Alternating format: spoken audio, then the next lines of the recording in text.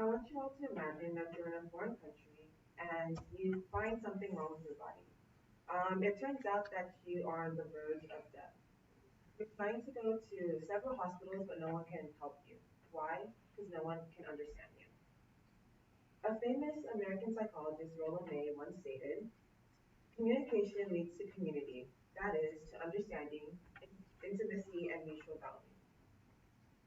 In this speech, I intend to go over the history of immigration in the US, define health disparities and how it relates to people with limited English proficiency, which I'll refer to as LEP throughout this speech, and show how Pepperdine can be a solution to this large and complex problem.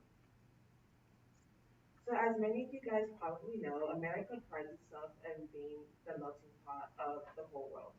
And over the years, this melting pot has diversified as a whole bunch of foreign populations have came into the nation and diversified this melting pot. So in a data from the PW Research Center, it shows how the population of foreign-born people have increased over the years. And specifically from 1990 to 2018, you see how the population has doubled in size. And with this increase came influx of new languages as well. And the main one being 42% of the foreign-born population is speaking Spanish. And despite this increase in cultural diversity in the nation, our systems in our society haven't adjusted to make sure these systems are equitable for everybody in the nation. And this has led to a lot of health disparities, specifically on the lack of interpreter services in the healthcare system. So before I go on, I want to define what health disparities are because many of you guys might not know what specifically it is. So in Encyclopedia of Life course in Human Development, they state that health disparities are differences in measured mental health, physical health, and death rates across meaningful social or demographic groups within a population. So the nation has tried to adjust for this by enacting Title VI of the Civil Rights Act of 1964, which states that whatever hospital is getting federal funding needs to provide an interpreter for those with LEP so they can communicate with their doctor well. But unfortunately, this is not enforced by doctors because of time and money issues and also their reliance on ad hoc interpreters. So ad hoc interpreters are basically family members or children who would interpret for their parents and basically try to communicate what the doctor is saying.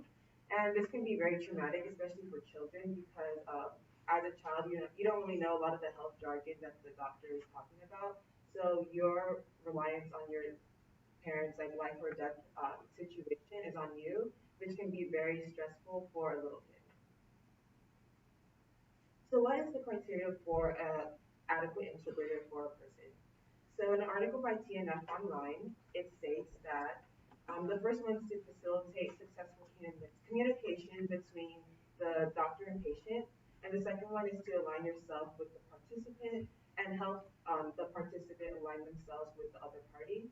So in this case, the participant is the patient, and we want to make sure that the patient understands all the treatments and like diagnoses that the doctor gives them, so they can best care for themselves. So what are the consequences of not having a good interpreter or having no interpreter at all? The first one is a lack of health literacy.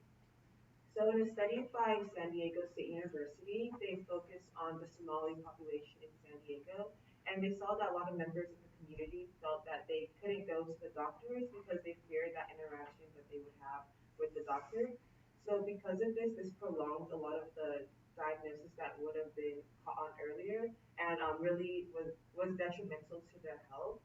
So in this study, they saw for the whole Somali population, there was an association between low glycemic rates and low health literacy.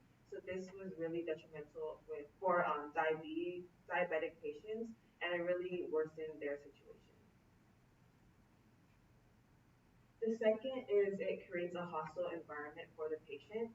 So in the journey of community health, they showed that they focus on the community of the deaf and hard of hearing, and a lot of this community felt that the doctors had a hidden curriculum, which means that the doctors had an indifferent and negative connotation towards them. And obviously, you can sense that in a doctor's office. So a lot of them were scared to speak up and ask questions about the treatment plan because they didn't want to be seen as inferior, and because they already felt that the doctors were looking at them in a different way as if they knew English, verbal English, as successfully as their normal patient. So because of this, this allowed them to go home with unanswered questions, and can be very harmful because it makes them um, not have like the adequate treatment plan, and they can do something wrong, which could be detrimental to their health as well. So of course, we would want to make sure that patients have an interpreter, and that would be ideal, but it's not realistic, unfortunately. And in a journal by the Oman Medical Journal, they stated that barriers to this is time and money.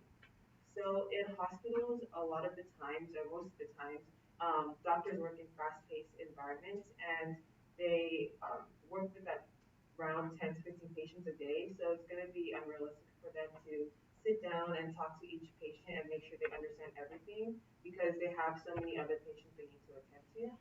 And also, money is a factor because in a lot of communities where there's LEP patients, they also are low socioeconomic status as well. So the funds that are given to these hospitals in these areas are underfunded. So the resources they do have, they doctors do not want to put it in only getting interpreter services for LEP patients. So what can we do about this as a Pepperdine community? As you know, Pepperdine is known for its large international population and abroad population, and I propose that we sign a petition to get Pepperdine to partner with hospitals in the LA area, to allow them to create a volunteer service for so multilingual students here can partner with hospitals and become interpreter volunteers.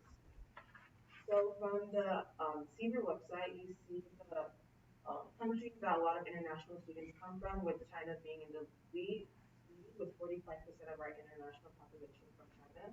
So for example, this program would allow these students to be interpreters for Mandarin for those who need it in hospitals, and that could help greatly because it will build a community between Pepperdine students and LA as well.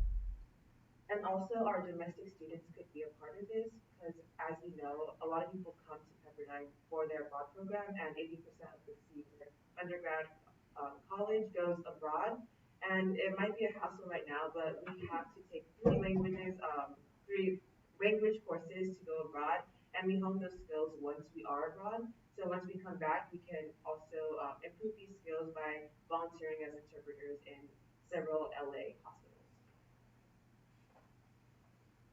So in conclusion, we reviewed the history of immigration in the U.S. and showed how this relates to health disparities in the healthcare system. And we showed how Pepperdine can be a contribution to this problem by creating a volunteer service for hospitals that will allow our Pepperdine community to become volunteer interpreters for the LA area. I'd like to end it with a quote with Nelson Mandela that states, "If you talk to a man in a language he understands, that goes to his head. But if you talk to his own language, that goes to his heart." Thank you.